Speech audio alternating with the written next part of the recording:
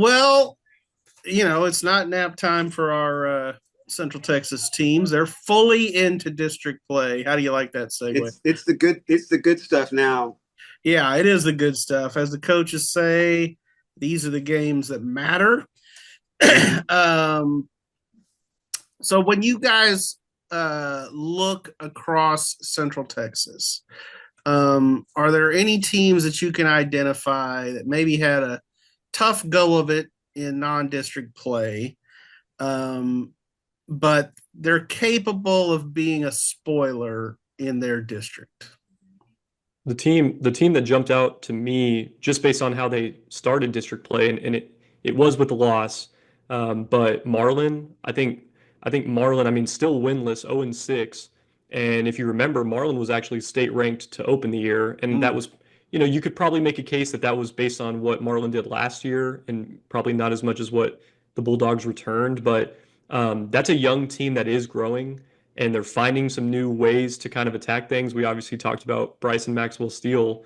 You Yeah, know, they may have found their, their X factor, their you, secret you know, weapon. Roll out and the fridge, baby. and so they started district play.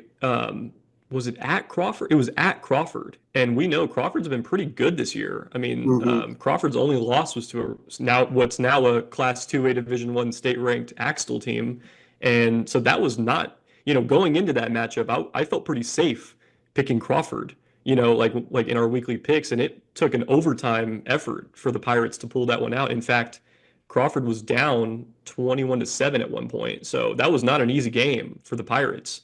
And I'm looking at that district, and I mean, still, even with a winless Marlin team, like, am I going to pick them over Bruceville Eddy? Am I going to pick the?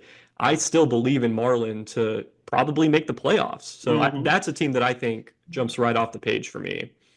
Yeah, I was looking at that district today too because I was talking to Weston Cooper from Moody for a story I'm doing for Saturday, and asking him, and I won't give his answer up because it's sort of just between me and him. I was asking him how many is it going to take for them to get into playoffs because that's a big deal.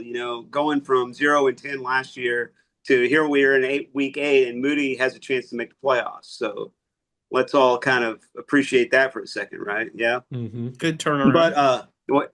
So yeah, I mean, uh, Riesel, Bruce Valetti, Marlin, uh, you know, those three teams are 0-1 in district, and Rosebud, Lot, Moody, and Crawford are 1-0 in district. And man, that whole thing could get messy.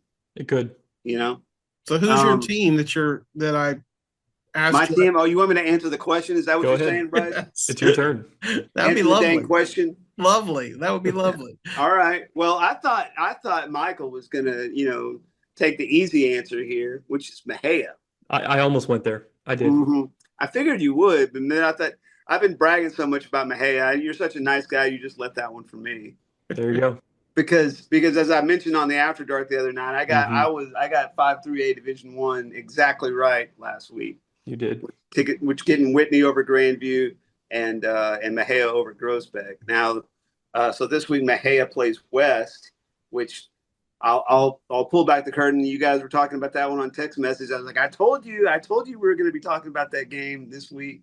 Hmm. So yeah, Mejia is definitely one that had a tough non-district, and I think probably Lorena, they got to start on Friday against Gatesville, but they could kind of make that one murky too. That was actually that third team I had on my list. I had three teams, and we've gone through all of them now. All right, well then who we got left for Bryce then? Well, I so know. I'll take. I'm going to stick with the M theme here. Mm, McGregor. McGregor. Michael went okay. with Marlin. Chad just went with who'd you say? Mahia. Mejia. Mahia. There you go. And I'm going McGregor. So obviously, the Bulldogs were, didn't winless through non-district.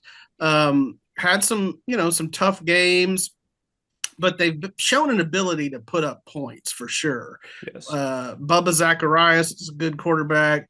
Dom Madrone at receiver, one of the top, targets in Central Texas. Um, and they just haven't been able to get over that hump. Well, they got it done in the district opener against Cameron, pull out an overtime win. And you wonder if that may give the Bulldogs some momentum going forward. It's a 6-team district. You only have to get in the top 4. And look, everybody in that district is 500 or under, except for Franklin. It's not an overwhelming district. I mean, it's Franklin's to lose, and they're going to win it. But beyond that, I think McGregor's capable of beating some of those other teams. Like pretty much every team in there is a wild card, aren't they? Right. Yeah. They've got Rockdale. They got yeah. Rockdale this week. That's where they go this week. And like I said, I wouldn't be surprised if if Quentin White's team went on a little run here. So that's my pick.